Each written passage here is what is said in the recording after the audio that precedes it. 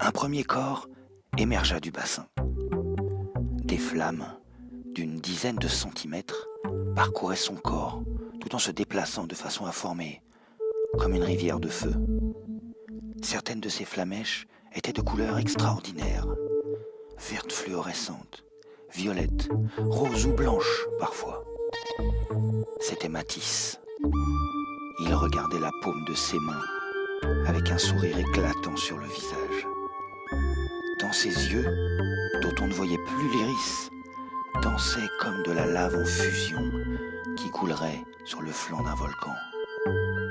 Il descendit lentement de la passerelle. Les flammes s'éteignirent doucement. Il retrouva son corps normal, même si ses yeux mirent un peu plus de temps à récupérer leur apparence. Il observait maintenant ses deux poignets. Deux bracelets de 3 cm de large étaient incrustés et fusionnés avec sa peau et certainement avec ses os, mais absolument aucune douleur. Les bords du bracelet étaient de couleur vif argent, légèrement gravés en relief, ce qui offrait un jeu de lumière presque hypnotique. Le milieu du bracelet était animé. Des flammes multicolores dansaient, comme sur un mini-écran de télévision mais de forme arrondie. Ces deux petits brassards étaient magnifiques. Matisse releva lentement la tête, toujours le sourire aux lèvres, et regarda Walter et Sam, qui avaient la bouche grande ouverte de surprise devant le spectacle auquel ils venaient d'assister. L'adolescent prit la parole. Pas très discret, stylé, mais pas très discret. Il faudra qu'on cache ça, sinon on va devenir des cibles. Sa voix avait légèrement changé. On y sentait de l'assurance. Walter prit la parole. À mon avis, ces bracelets doivent... Je sais exactement ce qu'ils sont, le coupa Matisse. Et je vais te l'expliquer. Si je les entrechoque l'un contre l'autre, ils me recouvrent d'une armure de protection, dont l'apparence évoluera avec mon expérience et ma maîtrise. Le MDMA, comme tu les appelles, qui a fusionné avec moi, peut aussi déclencher cette armure tout seul si mes réflexes me font défaut. Par contre, je n'ai pas besoin de les choquer pour retirer l'armure, il me suffit juste d'y penser. Mais à quel moment tu as eu le temps d'apprendre ou de savoir tout ça? Ça fait à peine 10 minutes que tu es entré dans le bassin. 10 minutes? Ah non, tu te trompes, Walter.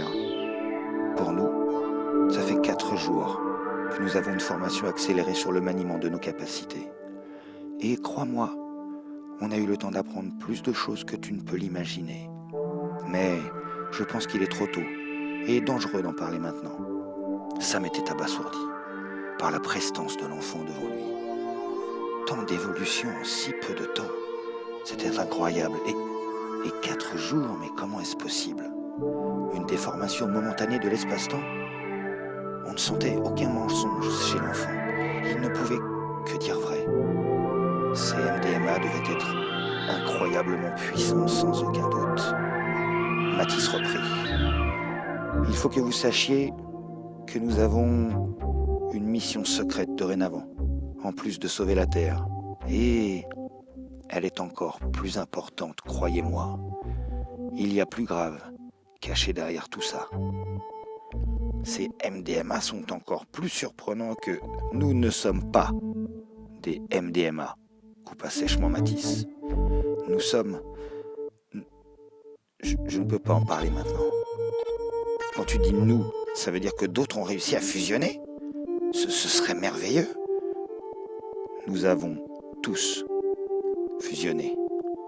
À ces mots, une deuxième main émergea du bassin. La foudre crépitait autour de ses doigts et des éclairs dansaient autour de ses poignets, ainsi que son avant-bras, tandis que d'autres poings serrés, gorgés de puissance, jaillissaient du bassin qui était devenu comme fou de lumière.